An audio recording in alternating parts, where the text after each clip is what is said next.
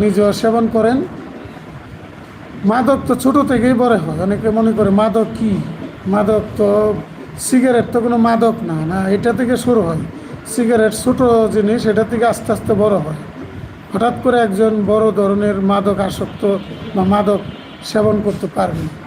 ছোটো থেকেই বড় হয়, আস্তে আস্তে কি হয়, ছোটো সিগারেট খাওয়া শুরু করে, সিগারেট থেকে আস্তে আস্তে বড় দিকে যাইতে শুরু করে। এখন বিষয় হচ্ছে আমরা কি করছি, সন্তানকে বলছি সিগারেট নিয়ে আসো দোকান থেকে, তো সে কি ভালো কিছু কি শিখবে? আপনাদের কাছে আমার প্রশ্ন, মা বাবার কাছে প্রশ্ন, আপনার কাছ থেকে কি শিখবে? সন্তানকে বলছেন সিগারেট নিয়ে আসো, সিগারেটের নামটা শিখছে, কি সিগারেট সেটা দেখছে। সিগারেট অনেকে বলছেন যে সিগারেট ধরাইয়ে নিয়ে আসো, মানে সিগারেটটা জ্বালিয়ে নিয়ে আসো।